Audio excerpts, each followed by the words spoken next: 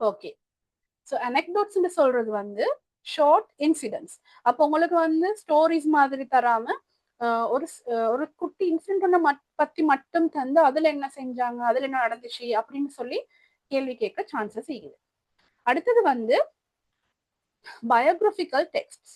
Biographical டெக்ஸ்ட்னு சொன்னா உண்மையாவே இருக்கிற ஆட்களை பத்தி, உதாரணத்துக்கு ஒரு நாட்டு பிரசிடென்ட் ஒருத்தரை பத்தி, இல்லைன்னு சொன்னா ஒரு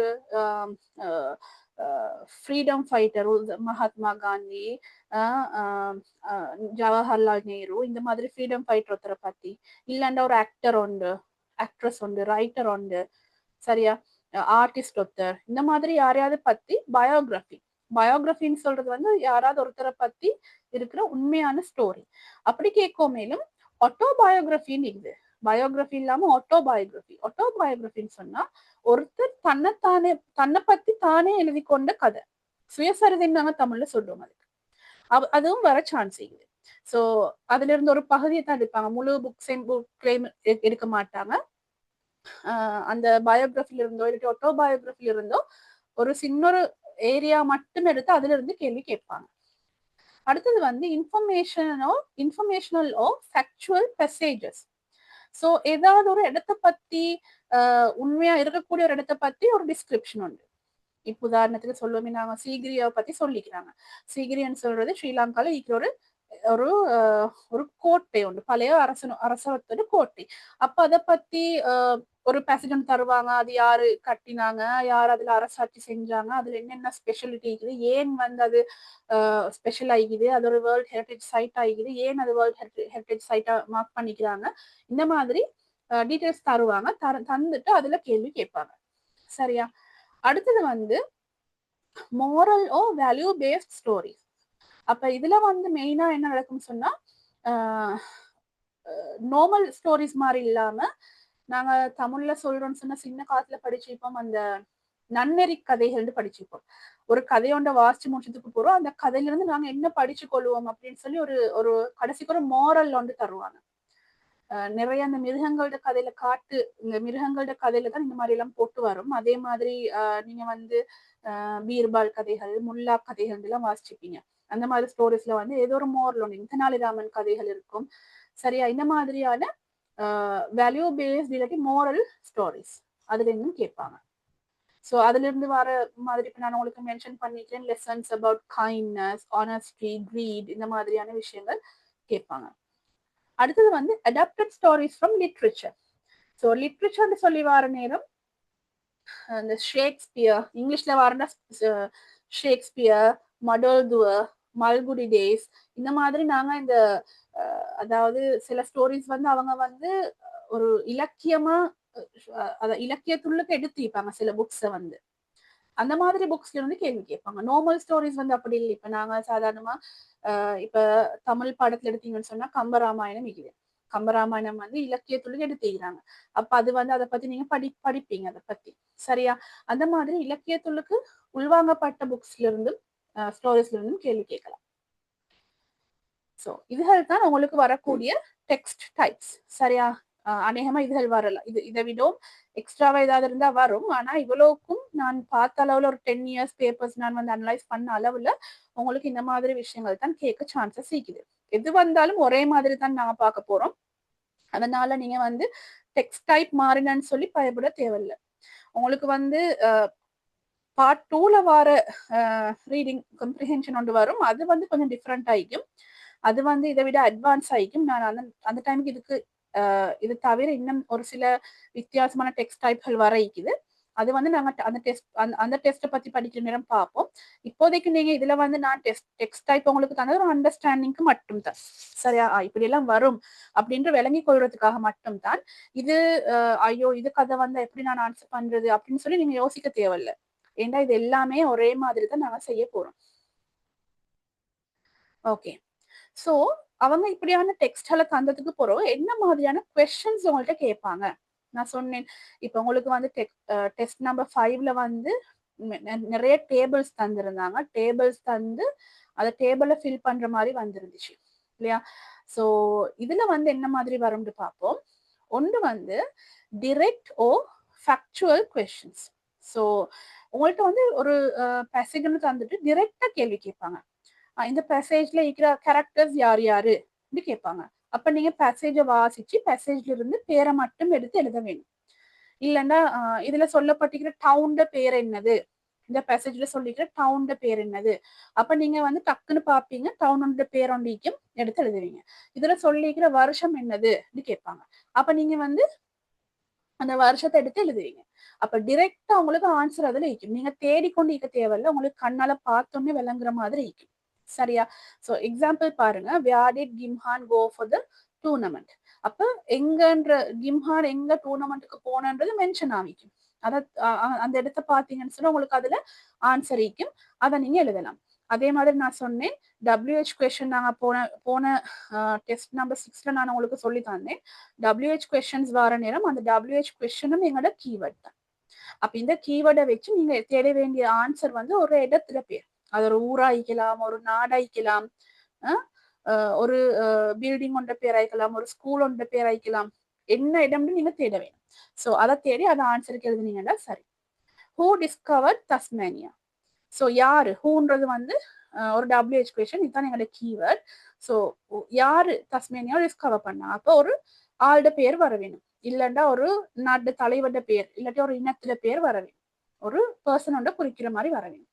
சோ இந்த டிரெக்ட் கொஸ்டின்ஸ் வர நேரம் ஆட்டோமேட்டிக்கா உங்களுக்கு பேசேஜ்ல ஆன்சர் இருக்கும். சரியா? அடுத்தது வந்து ரெஃபரன்ஸ் கொஸ்டின்ஸ் ஒரு டைப் ஒன்று இருக்குது. சரியா? அப்ப ரெஃபரன்ஸ் கொஸ்டின்ஸ் எப்படி கேட்பாங்கன்னு சொன்னா உங்களுக்கு பேசேஜ்ல வந்து ஒரு சில இடங்கள்ல வந்து சில வேர்ட்ஸ் வந்து ஹைலைட் பண்ணிப்பாங்க. இல்லன்னு சொன்னா உங்களோட கேள்வி நீங்க டியூட்டர் பார்த்திருந்தீங்கன்னா உங்களுக்கு விளங்கும். சில கேள்விகள் அவங்க கேட்டிப்பாங்க. இந்த பேசேஜ்ல இத்தனாவது லைன்ல இருக்கிற வேர்டுக்கு ஒரு வேர்டு தருவாங்க. இப்ப நான் தந்திக்கிற வேர்டே பாருங்க. The word itself in line 8 refers to தந்திக்கிறாங்க. அதாவது இந்த itself சொல்ற வேர்ட் லைன் 8ல இருக்குது. அப்ப அந்த லைன் 8ல இருக்கிற இந்த வேர்ட் என்ன எதை ரெஃபர் பண்ணுது, எதை குறிக்குது சொல்லி கேட்பாங்க.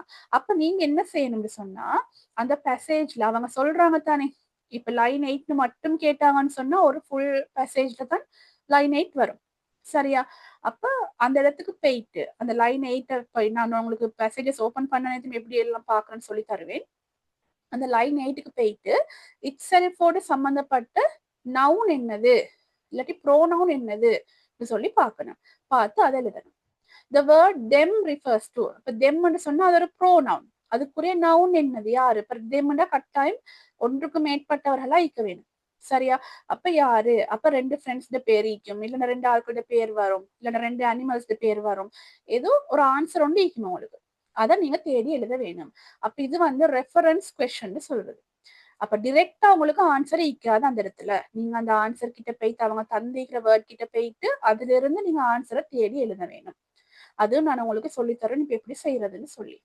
அடுத்தது வந்து vocabulary or meaning questions. இந்த டைப் எப்படின்னு சொன்னா உங்கள்ட்ட அவங்க கேட்பாங்க. சரியா? ஒரு சில நேரங்கள்ல சில பேசேஜஸ்ல வந்து அவங்க என்ன vocabulary கேட்க போறாங்களோ அந்த vocabulary வேர்டை வந்து ஹைலைட் பண்ணிப்பாங்க, இல்லைன்னா அண்டர்லைன் பண்ணிப்பாங்க. எல்லா இடத்துலயும் அது செய்யப்போ இந்த இப்படி கேட்டாத வேர்ட் இந்த ஒரு வசனம் ஒன்று தந்து மீன்ஸ் டு கேட்டு கொடுக்குறேன். அதுதான் இது vocabulary. அதுதான் vocabulary. நான் உங்களுக்கு சொல்லி தரேன் எப்படி செய்யறேன்னு சொல்லி. இந்த பிரசன்டேஷன் நாங்க பேப்பருக்கு போற நேரம் இது ஒண்ணும் எப்படி செய்யறேன்னு சொல்லி தருவேன். சரி சரி. ஓகே. சோ vocabulary இல்லன்னு சொன்னா மீனிங் क्वेश्चंस. இப்போ உதாரணத்துக்கு பாருங்க, உங்களுக்கு ஒரு பேசேஜ் ஒன்று ஒரு ஸ்டோரி ஒன்று வருது. ஒரு 2 ஃப்ரெண்ட்ஸ் பத்தி ஏதோ ஒரு ஸ்டோரின்னு நினைக்கிறேன். ஸ்ட்ராலிங்ன்ற வேர்ட் அதுல தான் வருது. The word strolling means கேட்டிக்கிறாங்க. அப்ப இந்த ஸ்ட்ராலிங்னு சொன்னா என்னன்னு கேக்குறாங்க. அப்ப நீங்க என்ன செய்யணும், அந்த வேர்ஸ் அந்த தந்திக்கிற பேசேஜ்ல இந்த ஸ்ட்ராலிங்ன்ற வேர்ட் ஈக்கிற லைனுக்கு போயிட்டு அந்த லைன் ஃபுல்லா வாசிக்கணும். வாசிக்கிற நேரம் அதுல உங்களுக்கு சும்மா எங்களுக்கு பார்த்தோம், இப்ப எனக்கு தெரியும் ஸ்ட்ராலிங்னா என்ன மீனிங் சொல்லி. ஆனா சம்டைம்ஸ் நீங்க கேள்விப்படாத ஒரு வேர்ட் ஆயிக்கும். அப்ப நீங்க என்ன செய்யணும்னு சொன்னா அந்த சென்டென்ஸுக்கு ஃபுல்லா போயிட்டு அந்த சென்டென்ஸை ஃபுல்லா வாசிக்கிற நேரம் உங்களுக்கு விளங்கும் அந்த சென்டென்ஸ்ல அடிப்படையில இது என்ன மீனிங்கா இருக்கும்னு ஒரு கெஸ் ஒன்றுக்கு வரலாம் உங்களுக்கு. அந்த கெஸ்ஸை வச்சுதான் நீங்க எழுத போறீங்க. ஏன்னா இப்ப எக்ஸாம் ஹால்ல போயிட்டு எங்களுக்கு மீனிங் தேடிக்கொண்டு கேள தானே. சோ அதை எப்படி நான் பாக்குறேன்னு உங்களுக்கு சொல்லி தருவேன். இதுக்கு நாங்க சொல்ற கண்டெக்ஸ்ட் மீனிங் சொல்லி. சாதாரணமா ஒரு வேர்ட் ஒன்று நாங்க எடுத்தோம்னு சொன்னா அந்த வேர்டை தனியா எழுதுற நேரம் ஒரு மீனிங் வரும். அதை வந்து பேசேஜ் ஒன்றுலயோ சென்டென்ஸ் ஒன்றுலயோ போடுற நேரம் அந்த சென்டென்ஸுக்கு ஏத்த மாதிரி அதோட மீனிங் வந்து மாறும். அப்ப அதுக்கு தான் நாங்க சொல்ற கண்டெக்ஸ்ட் மீனிங். இது நான் உங்களுக்கு ஏற்கனவே சொல்லி தந்திக்கிறேன். ஏதோ ஒரு டெஸ்ட் ஒன்று சரி நான் கண்டெக்ஸ்ட் மீனிங்ன்ற வேர்டை சொல்லிக்கிறேன். சோ இப்ப யூசுப் கேட்ட கேள்வியும் அதே தான். இந்த மீன்ஸ் டூண்டு நீங்க இது மீன்ஸ் டூண்டு கேட்டா அந்த அவங்க தந்திக்கிற வேர்டு என்னமோ அந்த வேர்டு ஒரு ஈக்கிற இடத்துக்கு நீங்க போயிட்டு பேசேஜ்ல அதோட ஃபுல் சென்டென்ஸ் வாசிச்சு அது என்ன சொல்லிக்கிறாங்கன்னு அந்த வேர்ட மீனிங் எழுத வேணும். Okay. The word that best explains subsided is. இப்ப இவங்க வந்து வேர்ட் ஒன்று கேட்டுக்கிறாங்க. சப்சைடன்றது வேர்ட் மீனிங்க கேட்டுக்கிறாங்க. அப்ப சம்டைம்ஸ் இதுக்கு வந்து உங்களுக்கு பேசேஜ்லயே ஆன்சர் இருக்கும். இல்லைன்னு சொன்னா நீங்க அதுக்குரிய ஆன்சரை நீங்க யோசிச்சு எழுத வேணும். சரியா? இப்ப இதெல்லாம் நான் உங்களுக்கு எக்ஸாம்பிள் போட்டிக்கிறது உங்களுக்கு தந்திக்கிற டியூட்ல இருந்து தான் எடுத்துக்கிறேன். சோ நாங்க டியூட்ல போற நேரம் அதை பார்ப்போம். அடுத்த கொஸ்டின் டைப் வந்து சென்டென்ஸ் ரீகால் ஓ கோட்டேஷன். சோ சென்டென்ஸ் ரீகால் சொன்னா அவங்க வந்து கேள்வி ஒன்று கேட்பாங்க. ஏதாவது ஒரு விஷயத்த சொல்லி அந்த விஷயத்த அது எந்த சென்டென்ஸ்ல நீக்குதுன்னு கேட்பாங்க. பேசேஜ்ல எந்த சென்டென்ஸ்ல இந்த விஷயம் நீக்குது பாருங்க. நான் ஒரு எக்ஸாம்பிள் போட்டுக்கிறேன். Right the sentence which says the two boys became friends again. அப்ப நீங்க வந்து ஒரு சென்டென்ஸை வந்து பார்த்து எழுத போறீங்க. சரியா?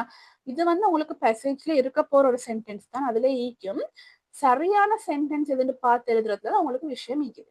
இந்த பேசேஜ்ல வந்து ஒரு ஸ்டோரி ஒன்று தார நேரம் ஸ்டோரி வந்து கண்டினியூஸா இங்க போகுது. ஸ்டோரி வந்து எப்பயுமே தொடர்ச்சியா வர ஒரு விஷயம். அப்ப நிறைய பேர் என்ன செய்வாங்கன்னு சொன்னா ஒரு பந்தியவே பிடிச்சி எழுதி வைப்பாங்க ஸ்டோரிஸ்க்கு. அப்படி எழுதுறீங்கன்னா உங்களுக்கு மார்க்ஸ் வராது. சரியான சென்டென்ஸ் எதுவோ அதை கண்டுபிடிச்சு எழுத வேணும். அதுதான் சென்டென்ஸ் ரீகால் இல்லைன்னா கோட்டேஷன் அப்படின்னு சொல்றது. சோ இதுவும் உங்களோட கேள்வியில அட் ஆகிக்குது. இதையும் நாங்க பார்க்க போறோம். இப்ப நான் சொல்லி கொண்டு வரதெல்லாம் உங்களுக்கு இந்த டைப் டெஸ்ட் 7ல வரக்கூடிய கொஸ்டின் டைப்ஸ் இதெல்லாம் எப்படி ஆன்சர் பண்றேன்னு சொல்லி நான் உங்களுக்கு அடுத்தடுத்து ஸ்லைட்ஸ் போற நேரமும் சரி அதுக்கப்புறம் நாங்க டியூட்ஸ் பாக்குற நேரமும் சொல்லி தருவேன். இதை நீங்க நோட் பண்ணி வச்சுக்கோங்க, ஞாபகம் வச்சுக்கோங்க. இதெல்லாம் தான் உங்களுக்கு எக்ஸாமுக்கு வரும். அடுத்தது வந்து cause and effect or reasoning. So cause and எஃபெக்ட்னு சொன்னா ஏதோ ஒரு விஷயம் நடந்திக்கும் அது ஏன் நடந்துச்சு கோஸ்ன்னு சொன்னா ஒரு விஷயம் நடக்கிறது, இஃபெக்ட் வந்து அதோட பாதிப்பு என்னது, இல்லைன்னா அது ஏன் நடந்துச்சுன்னு ரீசனிங் கொடுக்குறது. பாருங்க, why did tears come to the man's eyes? இப்ப யாரோ அழுதிக்கிறாங்க, அப்ப ஏன் அவங்க அழுதாங்கன்னு கேக்குறாங்க. அப்ப நாங்க பேசேஜ்ல அதுக்குரிய ஆன்சரை தேடி எழுத வேணும். why was Sanduni sad at the shop? அவங்க ஏன் சேடா இருந்தாங்கன்னு கேக்குறாங்க. அப்ப ரீசன் கொடுக்க வேணும் நீங்க. சோ அதே இது வந்து ரீசனிங் மெயினா, இது ரெண்டும் வைண்ட் ஸ்டார்ட் பண்ணி வாரது வந்து ரீசனிங். கோஸ் அண்ட் எஃபெக்ட்னு சொன்னா ஏதோ ஒன்று நடக்கிறது மூலமா வாட் ஹேப்பன்னு கேட்பாங்க. வைன்னு கேட்காம what happen to the horse, இல்லைன்னா what happen to the man. அப்ப நீங்க வந்து அவங்களுக்கு சொல்ல போறீங்க, the horse got lost, the man fell into the river, அந்த மாதிரி சொல்லுவீங்க. அப்ப cause and effect. சரியா? இதுவும் ஒரு வகையான கேள்வி அவங்க உங்கள்கிட்ட கேட்கறது. அடுத்தது வந்து சீக்வன்சிங் இவெண்ட்ஸ். சீக்வன்சிங் இவெண்ட்ஸ் சொன்னா இவெண்ட்ஸை வந்து ஆர்டர் ஆக்கி எழுதுறது. put the events in the correct order. உதாரணத்துக்கு உங்களுக்கு வந்து ஒரு கதை ஒன்று தருவாங்க. கதை ஒன்று தந்துட்டு கேள்வி என்ன செய்வாங்கன்னு சொன்னா கதையோட இன்சிடென்ட்ஸை மாத்தி தருவாங்க. மேல கீழேன்னு மாத்தி தந்து உங்கள்ட்ட சொல்லுவாங்க கதையை ஆர்டருக்கு நம்பர் பண்ணுங்க. நீங்க இங்கிலீஷ்ல ஒர்க் புக் எல்லாம் செஞ்சுப்பீங்க இந்த மாதிரி ஆக்டிவிட்டிஸ். ஒரு ஸ்டோரி ஒன்று தந்து அந்த ஸ்டோரியை வந்து ஜம்பிள் பண்ணி தருவாங்க. உங்களுக்கு வந்து அவங்க சொல்லுவாங்க நம்பர் பண்ணுங்க, 1 2 3 4 நம்பர் பண்ணுங்க, ஆர்டர் பண்ணி எழுதுங்க. நம்பர் பண்ண சொல்லுவாங்க, இல்லைன்னா திருப்பி எழுத சொல்லுவாங்க ஆர்டர் ஆக்கி. சரியா? அதுதான் சீக்வன்ஸ். சீக்வன்ஸ்ன்னு சொன்னாலே ஆர்டர்னு சொல்றது. ஒன்றன் பின் ஒன்றா அந்த ஆர்டருக்கு வாரத்துக்கு தான் நாங்க சொல்றோம் சீக்வன்ஸ்னு சொல்லி. சோ இந்த மாதிரி கொஸ்டின்ஸும் கேட்கலாம். அடுத்தது வந்து ட்ரூ ஃபால்ஸ் ஆர் நாட் மென்ஷன்ட்னு தந்திக்கிறேன். அதாவது உங்களுக்கு வந்து பேசேஜ் ஒன்று முடிய அவங்க கேள்வி கேட்பாங்க. எப்படி கேட்பாங்கன்னு சொன்னா சரிப்பில சொல்றது கேட்பாங்க. பாருங்க, Lucas and Emma believe the stories are fully explained. இது உங்களோட டியூட்ல வர ஒரு கேள்விதான். அதுல வந்து ட்ரூ ஃபால்ஸ் நாட் மென்ஷன்ட். இப்ப நிறைய இடங்கள்ல வந்து ட்ரூ இல்லாட்டி ஃபால்ஸ் போடுங்கன்னு தான் வரும். ட்ரூன்னு சொன்னா சரி, இந்த ஸ்டேட்மெண்ட் சரியா இருந்தா நீங்க ட்ரூ போட வேணும். ஃபால்ஸ்ன்னு சொன்னா ஸ்டேட்மெண்ட் இல்லைன்னு அர்த்தம். நாட் மென்ஷன்ட்னு ஒன்று சம்டைம்ஸ் தருவாங்க. நாட் மென்ஷன்டு சொன்ன அர்த்தம் இந்த இவங்க இதுல சொல்லிக்கிற விஷயத்த பத்தி பேசேஜ்ல எதுவுமே இல்லாட்டி எங்களுக்கு சரின்னு சொல்லவும் இல்லை, இல்லைன்னு சொல்லவும் இல்லை. அப்ப நாங்க வந்து நாட் மென்ஷன் மார்க் பண்ண வேணும். ஒரு எக்ஸாம்பிள் ஒன்று சொல்றேன்னு சொன்னா எனக்கு சொல்லலாம். உங்களுக்கு ஒரு கதை ஒன்று வருது. நான் சும்மா எக்ஸாம்பிள் சும்மா கட் பண்ணல சொல்றேன். ஒரு கதை உண்டு, ஆமையும் முயலும் ரேஸ் ஓடின கதை. சரியா? இப்ப உங்களுக்கு சின்ன நீங்க தெரிஞ்ச ஒரு கதை தானே அது. அப்ப ஆமையும் முயலும் ரேஸ் ஓடினாங்க. ஓடுற நேரம் ஆமை வந்து மெதுவா வந்துச்சாம். முயல் வந்து ஃபாஸ்டா போயிட்டு திரும்பி பார்த்துச்சாம். ஆமை தூரத்துல வந்து கொண்டுச்சு. அப்ப முயல் என்ன செய்யுது, டயர்ட் ஆகுதுன்னு சொல்லி ரபிட் வந்து ஒரு மரத்துக்கு கீழே ஓய்வெடுக்க போயிட்டுச்சான். ஓய்வெடுக்க போன முயலுக்கு அப்படியே தூக்கம் போயிட்டு நல்லா நிறைய தூக்கம் போயிட்டுருச்சு. அதோட ஆமை வந்து மெதுவா நடந்து வந்து முயலையும் தாண்டி போயிட்டு ஃபினிஷ் லைனை கிராஸ் பண்ணிடுச்சு. இதுதான் கதை. இப்ப இதுல அவங்க கேக்குறாங்க, முதலாவது கேள்வி கேக்குறாங்க, ஆமையும் முயலும் ரேஸ் ஓடிச்சு. அப்ப அது ட்ரூவா ஃபால்ஸா நாட் மென்ஷன்டா? அது ட்ரூ. ஆமையும் முயலும் ரேஸ் ஓடிச்சு. அதுக்கப்புறம் சொல்றாங்க முயல் வந்து ரேஸ்ல வெத்திச்சின்னு சொல்றாங்க. அது வந்து உங்களுக்கு தெரியும், அவங்க சொல்லிட்டாங்க தானே ஆல்ரெடி ஆமை தான் வெத்திச்சின்னு. அப்ப முயல் வந்து ரேஸ்ல வெத்திச்சின்னு சொன்னா அது வந்து ஃபால்ஸ். அடுத்தது சொல்றாங்க முயல் வந்து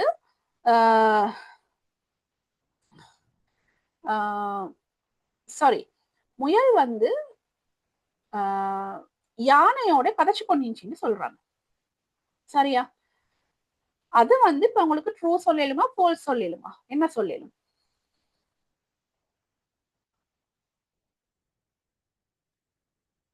முயல் வந்து எலிஃபண்டோட கதைச்சு கொண்டுச்சின்னு சொன்னா உங்களுக்கு என்ன சொல்லலாம் இத நான் சொன்ன கதையில?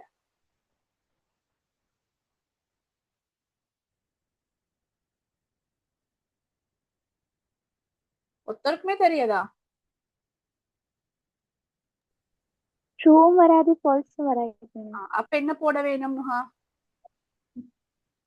நாட் மென்ஷன் போடணும். Not mention. ஏண்டா அந்த கதையில நான் யானையை பத்தி சொல்லவே இல்லை. ஆனா கேள்வியில கேட்டுக்கிறாங்க rabbit was talking to the elephant சொல்லி. அப்ப உங்களுக்கு வந்து அதே ஒருவேளை எலிஃபண்டோட பேசிக்கொண்டு நீந்திக்குமோ அப்படின்னு கெஸ் பண்ணி உங்களுக்கு ட்ரூ ஃபால்ஸ் போட இல்லாது. உண்மையில இருந்தா ட்ரூ போடுங்க, இல்லண்டா ஃபால்ஸ் போடுங்க. அதை பத்தி எதுவுமே சொல்லல, உங்களுக்கு அதை பத்தின தகவல் எதுவும் அந்த பேசேஜ்ல கிடைக்கலன்னு சொன்னா நாட் மென்ஷன் போட வேணும். இது வந்து கொஞ்சம் கேர்ஃபுல்லா நீங்க மார்க் பண்ணுங்க.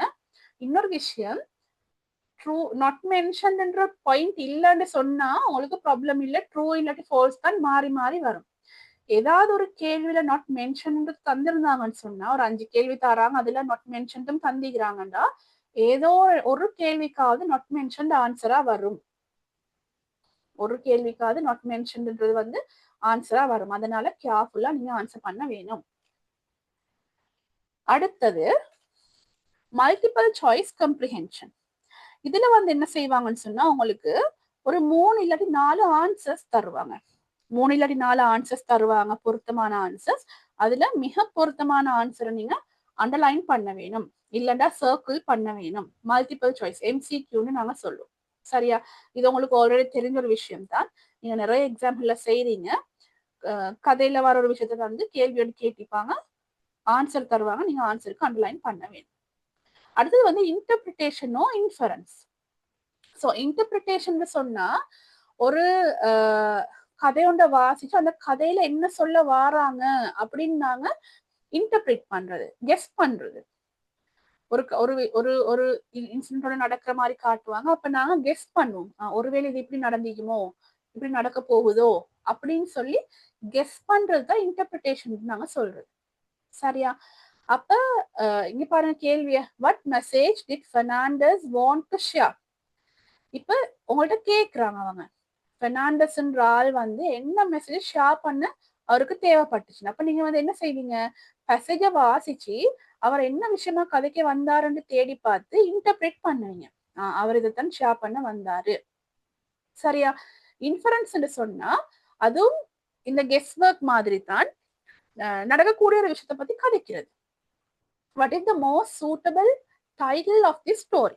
சரியா? இப்ப அவங்க வந்து ஒரு ஸ்டோரி ஒன்றை தருவாங்க, ஸ்டோரி ஒன்றை தந்துட்டு உங்கள்ட்ட வந்து அந்த ஸ்டோரிக்கு வந்து டாபிக் கொண்டு சொல்லுங்க அப்படின்னு சொல்லி கேட்பாங்க.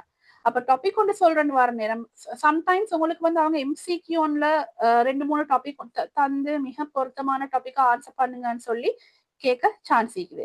அப்படி கேட்கிற நேரம் அந்த ஸ்டோரியில நீங்க மிச்சம் பொருத்தமான, மிச்சம் க்ளோஸான மீனிங்கை தான் நீங்க வந்து தேடி ஆன்சர் பண்ண வேணும். சரியா? பொதுவா இந்த இன்டர்பிரிட்டேஷன் அண்ட் இன்ஃபரன்ஸ்ன்ற கேள்வியில தான் இந்த டாபிக்க சொல்லுங்க, இதுல என்ன சொல்ல வராங்க, இவங்க என்ன மீன் பண்றாங்க அப்படின்னு கேட்பாங்க. சோ இன்டர்பிரிட்டேஷனுக்கு நான் சொன்னேன் என்னது, அவங்க என்ன சொல்ல வராங்கன்றத கெஸ் பண்றது, கெஸ் பண்ணி நீங்க எழுதுறது. சரியா? இன்ஃபரன்ஸ் சொல்றது வந்து இந்த இந்த ஒரு முழு ஸ்டோரியை வச்சு ஒரு கன்க்ளூஷன், வந்து நம்ம சொல்லுமே சமரி ஒன்று மாதிரி, இல்லைன்னு சொன்னா இந்த ஸ்டோரியில இவங்க இதைத்தான் சொல்ல வர்றாங்க, இதைத்தான் மீன் பண்றாங்க, இந்த சென்டென்ஸ்ல இவர் இதைத்தான் மீன் பண்றாரு அப்படின்னு சொல்றது தான் இன்ஃபரன்ஸ் சொல்றது. காரணம் ஒன்று நாங்க கொடுக்குற மாதிரி. சரியா? சோ இது வந்து உங்களுக்கு ஒரு நாள் கேள்வியில வந்து இன்டர்பிரிட்டேஷன் தான் என்னது, இன்ஃபரன்ஸ் தான் என்னது, MCQ என்னதுன்னு கேட்க மாட்டாங்க. நான் இது உங்களுக்கு சொல்லி கொண்டு இருக்குது, இந்த மாதிரி டைப் கொஸ்டின்ஸ் இருக்குது, இதுகள் தான் வரப்போகுதுன்னு சொல்லி. இது வந்து உங்களுக்கு கேள்வியை பார்க்கல அப்படி கஷ்டமாயிக்காது, நான் சொல்லி தரது பார்த்து பயப்படாதீங்க. அடுத்தது வந்து ஆப்போசிட்ஸ் அண்ட் சினோனிம்ஸ். பேசேஜ் முடிய உங்கள்ட்ட வந்து ஒரு சில வேர்ட்ஸ் தருவாங்க. வேர்ட்ஸ் தந்துட்டு கேட்பாங்க, இந்த வேர்ட்க்கு ஆப்போசிட் வேர்ட்ஸ் எழுதுங்க. ஆப்போசிட்ஸ்க்கு இன்னொரு வேர்ட் இருக்குது ஆன்டோனிம்ஸ்னு நாங்க சொல்லுவோம், ஆன்டோனிம்ஸ். ஸோ ஆப்போசிட் வேர்ட்ஸ் எழுதுங்கன்னு சொல்லுவாங்க. இல்லைன்னா சினோனிம்ஸ்னு சொன்னா ஒத்த கருத்து சொற்கள், ஒரே மீனிங் உள்ள சொற்கள் எழுத சொல்லுவாங்க. இல்லைன்னு சொன்னா எதிர்கருத்து சொற்கள் எழுத சொல்லுவாங்க. அப்ப நீங்க வந்து அதை திங்க் பண்ணி எழுத வேணும். சில நேரங்கள்ல சில கேள்விகள் எப்படி தருவாங்கன்னு சொன்னா, பேசேஜ்ல இருந்து எடுத்து எழுதுங்கன்னு சொல்லி கேட்பாங்க. அப்ப பேசேஜ்ல இருந்து எடுத்து எழுதுங்கன்னு சொல்ற நேரம் கட்டாயம் பேசேஜ்ல இப்போ ஒரு வேர்டு ஒன்று தராங்கன்னு சொன்னா அதுக்கு ஆப்போசிட் வேர்ட் பேசேஜ்ல கட்டாயம் இருக்க வேணும். ஒத்த கருத்தொன்று எழுதுங்க, பேசேஜ்ல இருந்து எடுத்து எழுதுங்கன்னு சொன்னா பேசேஜ்ல கட்டாயம் ஒரு வேர்ட் இருக்க வேணும். அப்படி இல்லைன்னு சொன்னா write a synonym for this word இல்லாட்டி write a opposite for this வேர்ட்னு சொன்னா நீங்க யோசிச்சு எழுத வேணும். இப்ப நான் தந்திக்கிற எக்ஸாம்பிள பாருங்க. Find the opposite words for the following. Find the opposite வேர்ட்ஸ்ன்னு தந்திக்கிறாங்க. அப்ப தேடுங்கன்னு சொல்லிக்கிறாங்க. எங்க தேட போறீங்க? நீங்க பேசேஜ்ல தேட போறீங்க. Find a word with similar meaning four ஒரு வேர்டோட தருவாங்க. ஃபைண்ட்னு சொன்னாங்கன்னு அர்த்தம் நீங்க பேசேஜ்ல தேட வேணும் அர்த்தம். ரைட்னு சொன்னா ரைட் த ஆப்போசிட் வேர்ட்னு சொன்னா நீங்க யோசிச்சு எழுதணும்னு அர்த்தம். ஃபைண்ட்னு தந்தாலே தேடுங்கன்னு அர்த்தம். நீங்க வந்து யோசிச்சு இல்லாத வேர்டு எழுதாதீங்க. பேசேஜ்ல கட்டாயம் தேடி பார்த்து அதுக்குரிய வேர்டை எழுத வேணும். ஓகே, இப்ப நாங்க பார்ப்போம் இந்த கொஸ்டின்ஸ் ஆன்சர் பண்றதுக்கு நாங்க மெயினா ஓகே எக்ஸாம் 1ல டெஸ்ட் 7 மாதிரியான ஒரு கொஸ்டின் ஒன்று வந்துச்சுன்னு சொன்னா எப்படி அதை ஃபேஸ் பண்ணணும்னு சொல்லி முதலாவது வந்து நீங்க என்ன செய்யணும்னு சொன்னா உங்களுக்கு இப்ப பேப்பர்ல நீங்க 7வது கேள்விக்கு வந்துட்டீங்க. 7வது கேள்விக்கு வந்த உடனே முதலாவது நீங்க செய்ய வேணும் ரீட் த கொஸ்டின்ஸ் ஃபர்ஸ்ட். பேசேஜ வாசிக்க போகாதீங்க. பேசேஜ் வந்து சின்ன பேசேஜாவும் இருக்கலாம், பெரிய ஒரு பேசேஜாவும் இருக்கலாம். சம்டைம்ஸ் உங்களுக்கு பேசேஜ வாசிக்கணும் விஷயம் விளங்கவும் இயலும், விளங்காம இருக்கவும் இயலும். விஷயம் என்னன்னு விளங்கிச்சின்னு சொன்னா உங்களுக்கு பிரச்சனை இல்லை. ஒருவேளை பேசேஜ்ல ஏதாவது ஹார்ட்வேர்ட்ஸ் இருந்து அவங்க என்ன சொல்ல வாராங்கன்னு உங்களுக்கு விளங்கலன்னா நீங்க அந்த இடத்துல ஃபெடப் ஆகிடுவீங்க. அப்படி ஃபெடப் ஆகினீங்கன்னு சொன்னா உங்களுக்கு அந்த கேள்வியை செய்ய இயலாது. அதனால நீங்க முதலாவது உங்களோட 7வது கேள்விக்கு நீங்க வந்த உடனே முதலாவது நீங்க பென்சிலை கைக்கு எடுத்துக்கோங்க. பென்சிலை கைக்கு எடுத்துக்கொண்டு ரீட் த கொஸ்டின்ஸ் ஃபர்ஸ்ட். இதுதான் உங்களோட ஃபர்ஸ்ட் ஸ்ட்ராட்டஜி. சரியா? இதை மறக்காதீங்க. ஞாபகம் வராட்டி எழுதியாவது வச்சுக்கோங்க. முதலாவது நீங்க வாசிக்க வேணும் கொஸ்டின்ஸ். ஒரு 5 கொஸ்டின்ஸ் இல்லாட்டி 6 கொஸ்டின்ஸ் தந்திருப்பாங்க. கொஸ்டின்ஸை வாசிங்க. பாருங்க. Before reading the passage, glance at the question. This gives you a purpose and helps you focus on key details while reading. Questions பார்க்க சொல்றாங்க முதலாவது. சரியா? ரெண்டாவது என்ன சொல்றாங்கன்னு பாருங்க. Underline the keywords. Question வாசிச்சு அந்த questionல keywords அண்டர்லைன் பண்ணுங்க. ஓகே, அதுக்கு பிறகு பாருங்க. While reading, underline or mentally note names, places, numbers, and unusual words. These are often tested. Okay, so நீங்க கொஸ்டினை ரீட் பண்ற நேரம் கொஸ்டின்ல முதலாவது நீங்க பாருங்க WH கொஸ்டின்ஸ் கேட்டிருக்கிறாங்களான்னு சொல்லி. WH கொஸ்டின்ஸ் கேட்டிருந்தாங்கன்னு சொன்னா அதுதான் உங்களோட first keyword. What, why, when, where, who, which இந்த மாதிரி WH கொஸ்டின்ஸ் கேட்டிருந்தாங்கன்னு சொன்னா அதுதான் உங்களோட முதலாவது கீவேர்ட். அதுக்கு பிறகுதான் அடுத்த அந்த கொஸ்டின்ல உங்களுக்கு அடுத்த கீவேர்ட்ஸ் கிடைக்க போகுது. ஸோ வென்னு கேட்டிருந்தாங்கன்னு சொன்னா நல்லா ஞாபகம் வச்சுக்கோங்க. பேராகிராஃப்ல ஏதோ ஒரு இடத்துல ஒரு டைம் ஒன்றை பத்தி கதைச்சிருப்பாங்க. வியாண்டு கேட்டிருந்தா ஒரு இடத்த பத்தி கதைச்சே இருப்பாங்க. அதனாலதான் நம்ம கேட்டுக்கிறாங்க. ஸோ நீங்க வந்து மைண்ட்ல வச்சுக்கொள்ள வேணும். அந்த கீவேர்ட்ஸை வச்சு அந்த WH கொஸ்டின்ஸை வச்சு நீங்க மைண்ட்ல எடுத்துக்கொள்ள வேணும். நீங்க பேசேஜை ரீட் பண்ற நேரம் அந்த பொருத்தமான வேர்ட்ஸை மார்க் பண்ணி கொள்றதுக்கு. நான் உங்களுக்கு சொன்னேன் இந்த கொஸ்டினுக்கு நீங்க வாரத்தோட முதலாவது நீங்க பென்சிலை கையில் எடுத்துக்கோங்க. அதுக்கு பிறகு கொஸ்டின்ஸை ரீட் பண்ணுங்க. ரீட் பண்ணி கீவேர்ட்ஸை மார்க் பண்ணிக்கோங்க. மார்க் பண்ணதுக்கு பிறகு உங்களுக்கு தெரியும் ஓகே இந்த WH கொஸ்டின்ஸ் வருது, இந்த பேர் கேட்டிக்கிறாங்க, ஏதோ பேர்கள் கேட்டிக்கிறாங்க, ஊர்ல பேர் கேட்டிக்கிறாங்கன்னு உங்களுக்கு கொஸ்டின்ஸை வாசிக்கணும்னு ஒரு ஐடியா வந்து வரும். முழு கொஸ்டின்ஸையும் வாசிச்சு விளங்கணும்ன்ற அர்த்தம் அல்ல. இது கிளான்ஸ்ன்னு தானே சொல்லிக்கிறாங்க, மேலோட்டமா வாசிக்கணும்னு தான் சொல்லிக்கிறாங்க. ஒரு முறை வாசிக்கிற நேரம் உங்களுக்கு அதுல விளங்கும் என்னென்ன மாதிரி கேட்டிக்கிறாங்க ஒரு ஐடியா வந்து வரும். அந்த ஐடியாவோட அடிப்படையில நீங்க பேராகிராஃபை வாசிச்சு கொண்டு போற நேரம் இப்போ ஒரு முறை கொஸ்டின் வாசிக்கிறீங்க, அதுக்கு பிறகு கீவேர்ட்ஸ் மார்க் பண்றீங்க, அதுக்கு பிறகு பேராகிராஃப்ஸ்க்கு போறீங்க. பேராகிராஃப்ஸ்க்கு போற நேரம் வாசிச்சு கொண்டு போற நேரம் பென்சில் எடுத்து அதுல இருக்கிற பேர்களை, இடங்களை, 1 2 3 வர நம்பர்ஸ், சரியா இல்லைன்னு சொன்னா வித்தியாசமான வேர்ட்ஸ், ஹைலைட் பண்ணிக்கிற வேர்ட்ஸ், இந்த மாதிரி உங்களுக்கு ஓகே முக்கியம் அப்படின்னு பண்ற மாதிரியான வேர்ட்ஸை வந்து நீங்க அண்டர்லைன் பண்ணிக்கோங்க, மார்க் பண்ணிக்கோங்க. ஏன்னா பொதுவா உங்கள்ட்ட வந்து பேர்கள் தான் கேட்பாங்க, இல்லைன்னு சொன்னா இடங்களை பத்தி கேட்பாங்க, இல்லைன்னா இன்சிடென்ட்ஸை பத்தி கேட்பாங்க, மீனிங் கேட்பாங்க. ஒரு வித்தியாசமான ஒரு வேர்டு ஒன்று அது வந்து மீனிங் கேட்பாங்க அநேகமா. சரியா? அந்த மாதிரி உங்களுக்கு நினைக்கிற விஷயங்களை ஓகே இது எனக்கு தேவைப்படும் அப்படின்னு நினைக்கிற விஷயங்களை சின்னதா ஒரு அண்டர்லைன் பண்ணிக்கோங்க. பேப்பர் முழுக்க கிறுக்க வேணும், லைட்டா ஒரு அண்டர்லைன் மட்டும்தான் பண்ண வேணும். சரியா? அடுத்தது ஸ்கிம் தென் ஸ்கேன். இந்த ஸ்கிம்மிங்கும் ஸ்கேனிங்கும் என்னன்னு நான் உங்களுக்கு லாஸ்ட் கிளாஸ்லயும் சொல்லி தந்தேன். சரியா? ஸ்கிம் சொல்றது மேலோட்டமா வாசிக்கிறது. ஓகே, மேலோட்டமா பெரிய பேராகிராஃப் வாசிச்சு கொண்டு போறீங்க, வாசிச்சு கொண்டு போற நேரம் உங்களுக்கு ஒரு ஐடியா வந்து வரும். ஓகே, இந்த பேராகிராஃப் வந்து ஒரு ஸ்டோரி, இதுல வந்து ஒரு குதிரையை பத்தி சொல்றாங்க, ஒரு ஆள் ஒன்று இருக்கிறாங்க. பேசிக்கா உங்களுக்கு ஒரு ஒரு 4-5 விஷயம் மட்டும் மேலோட்டமா விளங்கும். அதுதான் ஸ்கிம் மூலமா நீங்க இருக்கிறது. ஜெனரலான ஐடியா, இது வந்து ஒரு ஆளை பத்தி சொல்லிக்கிறாங்க, இதுல வந்து ஒரு ஃபியாரி டேல், இந்த கதை நான் வாசிச்சிருக்கேன் முந்தி, உங்களுக்கு ஞாபகம் வரும். சரியா? அதுக்குத்தான் இந்த மேலோட்டமா வாசிக்கிறது. அதுக்கப்புறம் scan the passage again to locate exact answers. இப்ப நீங்க கொஸ்டின் வாசி கீவேர்ட் மார்க் பண்ணிப்பீங்க தானே, அந்த கீவேர்டுக்கு ஏத்த மாதிரி ஆன்சர்ஸ் தேட போறீங்க. இதுக்கு இடையில உங்களுக்கு ஒரு வேலை ஓகே, இப்ப நீங்க ஒரு கொஸ்டினை வாசிக்கிறீங்க தானே, இதுக்கு இடையில உங்களுக்கு இந்த இடத்துக்கு வார நேரம் ஓகே எனக்கு இன்னொரு முறை கொஸ்டின்ஸை வாசிக்கணும்னு நினைச்சிருச்சுன்னா போயிட்டு வாசிங்க, அதுல பிரச்சனை இல்லை, யாரும் உங்களை ஒன்றும் சொல்ல மாட்டாங்க. சரியா? உங்களுக்கு தேவைன்னு சொன்னா இன்னொரு முறை போயிட்டு வாசிங்க. ஆனா ஒரு முறை வாசிக்கிறேன் சம்டைம்ஸ் உங்களுக்கு ஒரு 5 கேள்வியில 2 கேள்வி விளங்கும். அப்ப அந்த 2 கேள்விக்குமான ஆன்சர் உங்களுக்கு இதுல கண்டுபிடிக்கலாம் ஒரு முறை வாசிக்கிற நேரம். அந்த ஆன்சரை வந்து பேப்பர்ல நோட் பண்ணிக்கோங்க, பென்சிலால நோட் பண்ணிக்கோங்க, இல்லாட்டி வந்து அந்த ஆன்சருக்கு அண்டர்லைன் பண்ணி கொஸ்டின் நம்பரை போட்டுக்கொண்டு அடுத்த கேள்விக்கு போங்க. அப்ப உங்களுக்கு இதை வந்து ரிப்பீட் பண்ணி வாசிச்சு கொண்டு போயிடலாம். Answer in your own words. சரியா? ஓன் வேர்ட்ஸ்ல ஆன்சர் பண்றேன்னு சொன்னா நார்மலா உங்களுக்கு இந்த 7வது கேள்விக்கு அவங்க எப்படி கேட்பாங்கன்னா ஷார்ட் ஆன்சர்ஸ் தான் கேட்பாங்க. நீங்க வந்து சென்டென்ஸ் இருக்கிற அந்த பேசேஜ் இருக்கிற முழு சென்டென்ஸே எழுத சொல்லி கேட்க மாட்டாங்க. அநேகமா இதுக்கு வந்து ஷார்ட் ஆன்சர்ஸ் 1 வேர்ட்ல இல்லாட்டி 3-4 வேர்ட்ஸ்ல மாதிரி தான் உங்களுக்கு ஆன்சர் வரும். ஒரு சில இடங்கள்ல மட்டும் write the sentence, right the line அப்படின்னு கேட்பாங்க. அப்படி கேட்டா மட்டும்தான் நீங்க ஃபுல் சென்டென்ஸஸையும் எழுத வேணும். அப்படி இல்லைன்னு சொன்னா குறிப்பிட்ட ஆன்சரை மட்டும் எழுதுனீங்கன்னா போதும்.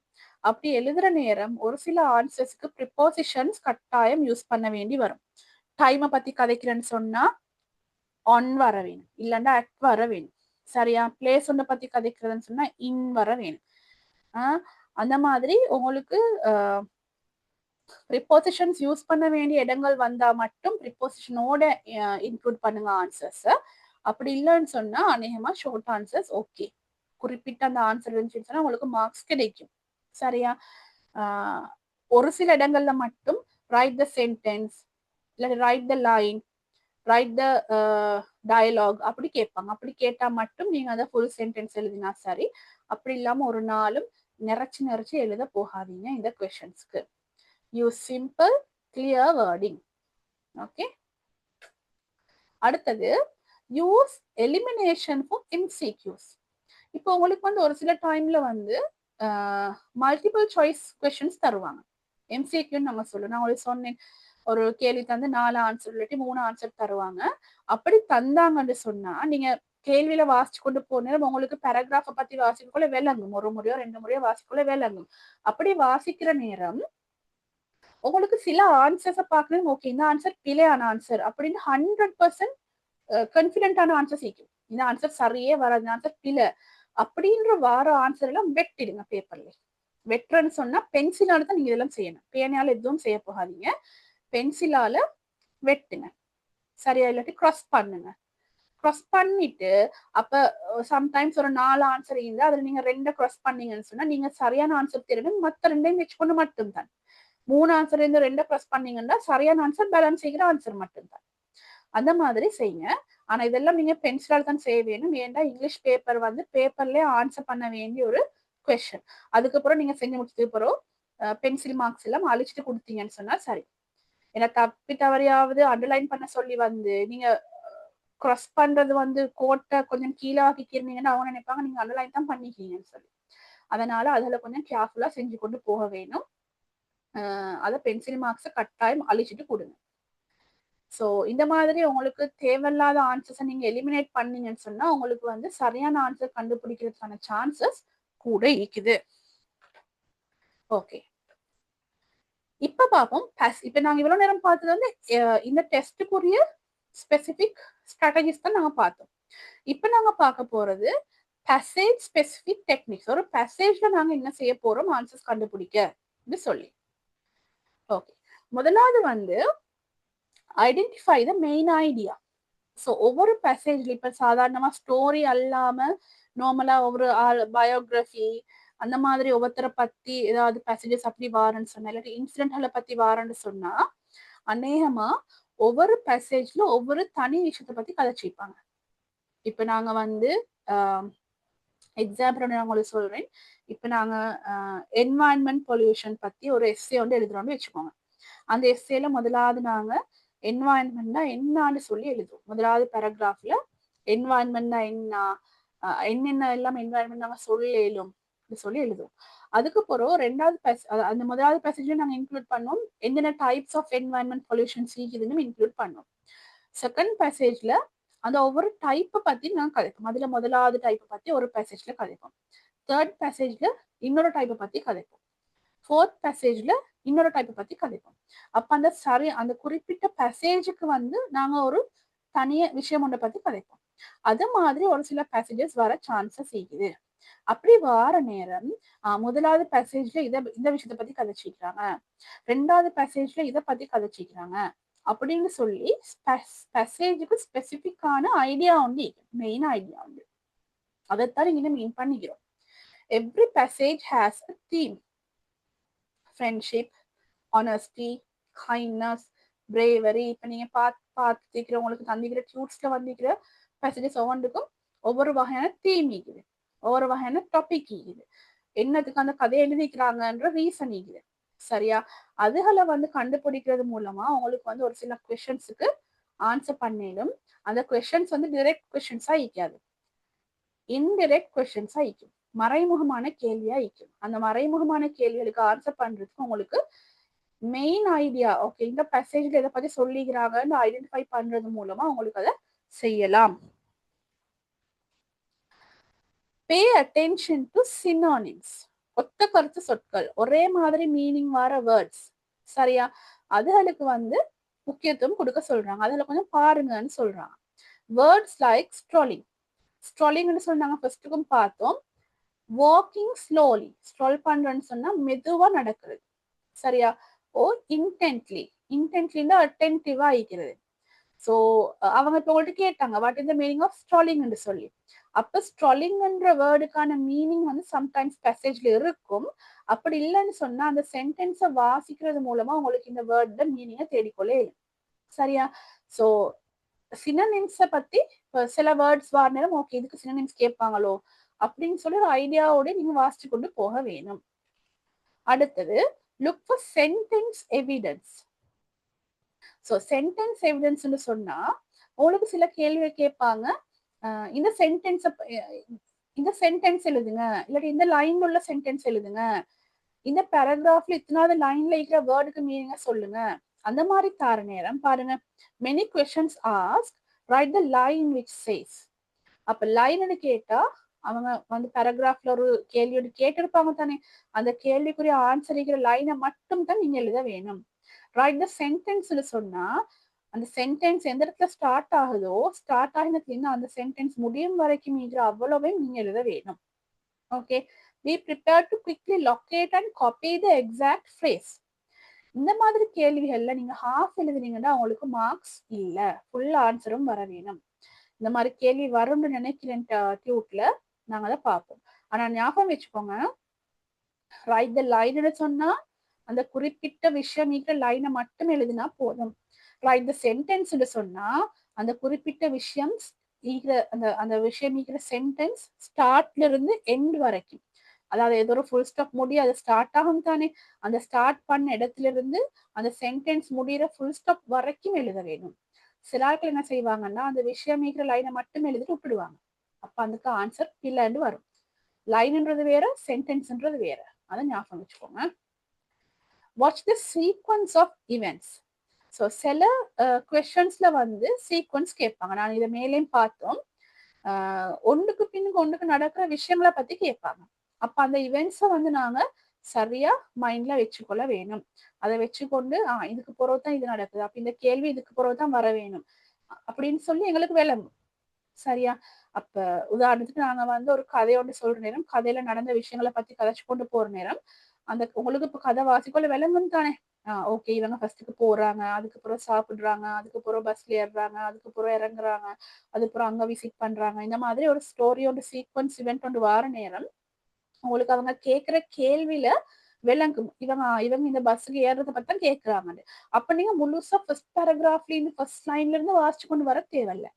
உங்களுக்கு ஐடியா ஒன்று இருக்கும் தானே, சென்டென்ஸ்ல எந்த இடத்துல அவங்க அந்த வேலையை செய்யறாங்கன்னு சொல்லி அந்த இடத்துல மட்டும் வாசிச்சு ஆன்சர் எடுத்தீங்கன்னா சரி. Okay, some questions test order. பாருங்க, what happened first, second, last, finally, இந்த மாதிரி வேர்ட்ஸை வச்சு உங்களுக்கு கண்டுபிடிக்கலும் சீக்வன்சிங் ஆர்டரை. Note the time line while reading. இதெல்லாம் வந்து நான் ரீட் பண்ணி கொண்டு போனது எங்களுக்கு ஈஸியா செஞ்சு கொள்ளிடும். இப்படி ப்ரெசன்டேஷன்ல செய்யக்கூட தான் கொஞ்சம் கஷ்டமா இருக்கும். ஆனா ரீட் பண்ணி கொண்டு போனது கஷ்டம் இல்லை. Understand figurative language, smiles, smileys, okay, metaphors and idioms. Okay, so இது வந்து சாதாரணமா வந்து என்ன சொல்றது, லிட்ரேச்சர் படிச்ச ஆட்களுக்கு வந்து நல்ல ஐடியா ஒன்று வரும். மெட்டஃபர்ஸ் சொன்னா நாங்க சொல்றது வந்து அந்த உவமானம், உவமேயம் எல்லாம் நீங்க படிச்சிருப்பீங்க. சரியா? உவமானம் சொல்லி காட்டுறது, இப்ப ஒரு ஒரு என்ன சொல்ற, நிலவ வந்து முகத்துக்கு ஒப்பிட்டு பேசுவாங்க. சரியா? அந்த மாதிரி உவமானங்களுக்கு சொல்ற மெட்டஃபர்ஸ் சொல்லி. சரியா? இடியம்ஸ் சொல்ற தமிழ்ல நான் நினைக்கிறேன், யாருக்காவது தெரியுமா தமிழ்ல இடியம்ஸ்க்கு என்ன சொல்றேன்னு சொல்லி? எனக்கு தமிழ் வேர்டு மறந்துடுச்சு. என்ன மேடம்? இடியம்ஸ். இடியம்ஸ் நான் தந்திக்கிறேன், ரெட்ல மார்க் பண்ணிட்டேன். மரபுத்தொடர். மரபுத்தொடர். ஓகே, மரபுத்தொடர். ஓகே, இங்கிலீஷ்ல மீதி மரபுத்தொடர். உதாரணத்துக்கு நாங்க சொல்லுவோம் சொன்னா cat is out of the sackன்னு சொல்லுவோம். அதாவது ஏதோ ஒரு நாங்க மறைச்சு வச்ச விஷயம் உண்டு வெளியே தெரிய வந்துச்சு, ஊராட்கள் எல்லாருக்கும் தெரிய வந்துச்சுன்னா cat is out of the sackன்னு சொல்லுவோம். ஓகே, ரெய்னிங் cats and dogsன்னு சொல்லுவோம். உரத்த மலைக்கு ரெய்னிங் cats and dogsன்னு சொல்லுவோம். அந்த மாதிரி இடியம்ஸ் வரும். அப்ப அந்த இடியம்ஸை பத்தி எல்லாம் கேள்வி கேட்டிருப்பாங்க. சரியா? பாருங்க, a smile a mile long.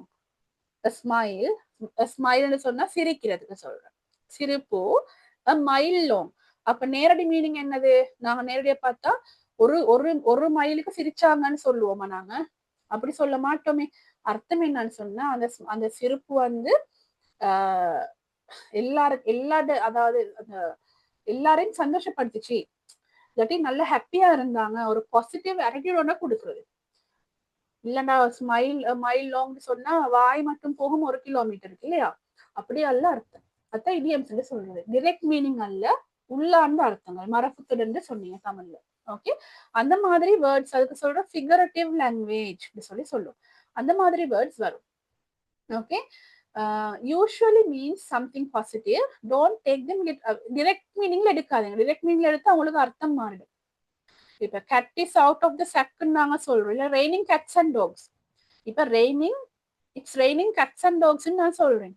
அப்ப அந்த இடியம் தெரியாதவரால் அதே பூனை நாய் எல்லாம் மழை வானத்திலிருந்து விழுதா அப்படின்னு யோசிப்பாங்க. அத்தனை raining cats and dogs சொல்றது. ஆனா டிரெக்ட் மீனிங் வந்து ஹெவி ரெயின், நல்ல உரத்த மழைன்ற அர்த்தம் தான் raining cats and dogs. சரியா? அப்ப லிட்ரலா டிரெக்ட் மீனிங்கா எடுக்கவான அதுல என்ன சொல்ல வராங்கிறத அண்டர்ஸ்டாண்ட் பண்ணணும். ஓகே, அடுத்தது இந்த டெஸ்ட் 7 செய்யறதுக்கு நீங்க முக்கியமான விஷயம் ஒன்று கவனிக்கணும், டைம் மேனேஜ்மெண்ட். ஓகே, உங்களுக்கு டைம் மேனேஜ்மெண்ட் மிக முக்கியம்.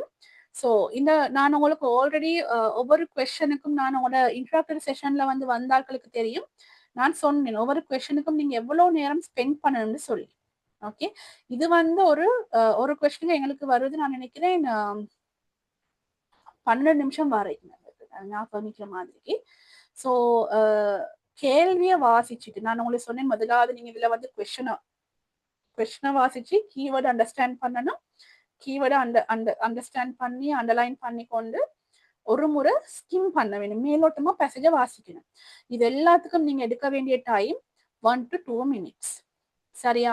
அதுக்கு பிறகு டிரெக்ட் கொஸ்டின்ஸ் ஆன்சர் பண்ணுங்க. பேசேஜ்ல அந்த கேள்வியில வந்தீங்க, டிரெக்ட் கொஸ்டின்ஸ் ஆன்சர் பண்ணுங்க. ஆன்சர் பண்ணிட்டு கஷ்டமான கேள்விகள் ஆயிக்கலாம், வொக்காபுலரி கேள்விகள் ஆயிக்கலாம், இல்லைன்னா இன்டர்பிரிட்டேஷன் கொஸ்டின்ஸ் ஆயிக்கலாம். உங்களுக்கு எழுதுறதுக்கு கூட இருக்கிற கொஸ்டின்ஸை லாஸ்ட்டுக்கு வைங்க. 1 வேர்ட்ல எழுதுறதுகள், 2 வேர்ட்ஸ்ல எழுதுறதுகள், சரிப்பில சொல்றதுகள், அண்டர்லைன் பண்றதுல குவிக்கா முடிச்சிட்டு அதுக்கு பிறகு கடைசியா தான் நீங்க வந்து இந்த டைப் ஆஃப் கொஸ்டின்ஸ் செய்யணும். கடைசியா தான் கஷ்டமான கேள்விகளை செய்யணும். கஷ்டமான கேள்வியில முதலாவது போயிட்டு ஸ்டக் ஆகி கொள்ளாதீங்க. லேசானதெல்லாம் முடிச்சுட்டு அதுக்கு பிறகு வாங்க கஷ்டமானதோ இல்லாட்டி நீட்டமா எழுதுறதுகளுக்கோ வாங்க. எல்லாம் முடிச்சதுக்கு பிறகு 5 minutes வச்சுக்கோங்க உங்களுக்கு ரிவ்யூ பண்றதுக்கு. ஏன்னா நீங்க இந்த ரிவ்யூ பண்ற நேரம் ஸ்டோரியை வாசிச்சு தான் ரிவ்யூ பண்ணுவீங்க. சும்மா கேள்வியை மட்டும் பார்த்து ஆன்சர் பண்ண மாட்டீங்க. கேள்வியை பார்த்து ஆன்சர் எழுதுற நேரம் ஸ்டோரியில அந்த ஆன்சர் சரியா இருக்குதான்னு நீங்க பாப்பீங்க. பார்த்து தான் ரிவ்யூ பண்ணுவீங்க. அதனால அதுக்கு 5 minutes வச்சுக்கோங்க. அப்படிங்கன்னா 5, இங்கன்னா 2, 7 minutes போச்சு. மீதி டைம் தான் நீங்க வந்து இங்கன்னா ஆன்சர் பண்றதுக்கு வச்சுக்கொள்ள வேணும். சரியா? அப்ப ரிவ்யூ பண்ணணும். சம்டைம்ஸ் திருப்பி மிஸ்டேக்ஸ் இருந்தா திருத்துறதுக்கு சான்சஸ் வேணும், அழிக்கிறதுக்கு சான்சஸ் வேணும். அதனால நீங்க அந்த டைமை சேவ் பண்ணி வச்சுக்கோங்க. நாங்க வந்து டெஸ்ட் 1, 2, 3, 4, 5 இந்த 5லையும் வந்து 5 உடன் அதன் ரீடிங் தானே. 1, 2, 3, 4ல வந்து எங்களுக்கு மிச்ச நேரம் தேவையில்லை, கொஞ்ச நேரம் தான் எங்களுக்கு தேவை. நாங்க வந்து நிறைய டைம் பேலன்ஸ் வச்சிருந்தோம். நான் உங்களுக்கு அந்த ஃபர்ஸ்ட் இன்ட்ரோடக்டரி செஷன்ல உங்களுக்கு நான் சொல்லி தந்தேன். இவ்வளவு நேரம் ஒரு கொஸ்டினுக்கு நீங்க ஸ்பெண்ட் பண்ணுங்க, இவ்வளவு டைம் பேலன்ஸ் வைங்கன்னு. அதுல மிங்கிற பேலன்ஸ் டைமை தான் நீங்க இதுல யூஸ் பண்ண போறீங்க. ஒருவேளை உங்களுக்கு கூட டைம் தேவைப்பட்டுச்சுன்னு சொன்னா இதுல நீங்க அந்த பேலன்ஸ் டைமை தான் யூஸ் பண்ண போறீங்க. இதுக்காகத்தான் நீங்க வச்சுக்கொள்ளணும். பார்ட் 1ல வந்து உங்களுக்கு இதுவும் 8வது கேள்வியும் 6வது கேள்வியும் தான் ரைட்டிங் கொஸ்டின். அதுக்கு தான் உங்களுக்கு இந்த பேலன்ஸ் டைம் எல்லாமே யூஸ் ஆகும். எல்லாம் முடிச்சுட்டு பேப்பரை ரிவ்யூ பண்றதுக்கு இன்னும் கடைசிக்கு முழு பேப்பரையும் ரிவ்யூ பண்றதுக்கு ஒரு டைம் ஒன்று நீங்க வச்சுக்கொள்ள வேணும்.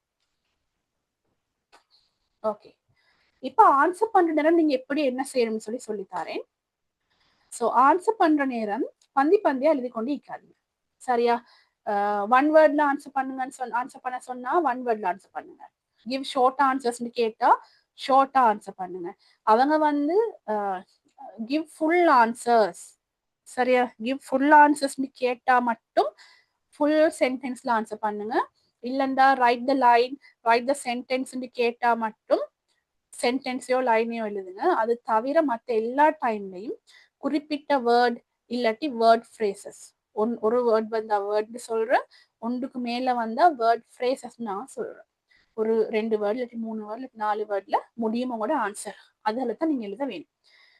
முழு ஆன்சர் எழுதி பேராகிராஃபா லைனா எழுதி, ஏன்னா உங்களுக்கு அதுல இடமும் வராது அவ்வளவு எழுதுறதுக்கு எக்ஸாம் பேப்பர்ல. நிறைக்காதீங்க. அப்போ உங்களுக்கு என்ன நடக்கும்னு சொன்னா, உங்களுக்கு இடம் போதாம நீங்க நெருக்கி எழுதுறது மூலமா அடுத்தடுத்த கேள்விகளோட ஆன்சர் கூட கிளியர் இல்லாம போயிடும். பேப்பர் திருத்துறார்களுக்கு கஷ்டமாயிக்கும். அப்ப அப்படி வார நேரம் உங்களுக்கு முழு கேள்விக்கு மார்க்ஸ் இல்லாம போறதுக்கான சான்சஸ் இருக்குது. So right briefly, avoid long wordy answers. 1 sentence is usually enough. நீங்க வந்து 1 sentence தேவையில்லை எங்களுக்கு. சரியா? கேட்டிக்கிற மாதிரி எழுதினா போதும். Check grammar and spelling. இது கட்டாயம். கிராமரும் ஸ்பெல்லிங்கும் கட்டாயம். நான் பார்த்த எல்லா மார்க்கிங் ஸ்கீம்லயுமே ஸ்பெல்லிங்ஸுக்கு மார்க்ஸ் குறைக்க சொல்லி போட்டிக்குது. சரியா? ஸ்பெல்லிங் எரர்ஸ் இருந்துச்சுன்னு சொன்னா மார்க்ஸ் குறைங்காண்டே போட்டிக்குது. அதனால நீங்க ஆன்சர் பண்ற நேரம் அதுக்குரிய கிராமர் ஸ்ட்ரக்சர் சரியா இருக்க வேணும், ஸ்பெல்லிங்கும் சரியா இருக்க வேணும். ஏன்னா நீங்க பார்த்துதான் எழுத போறீங்க ஆன்சர். அதனால ஸ்பெல்லிங் எரர்ஸ் வரையலாம்.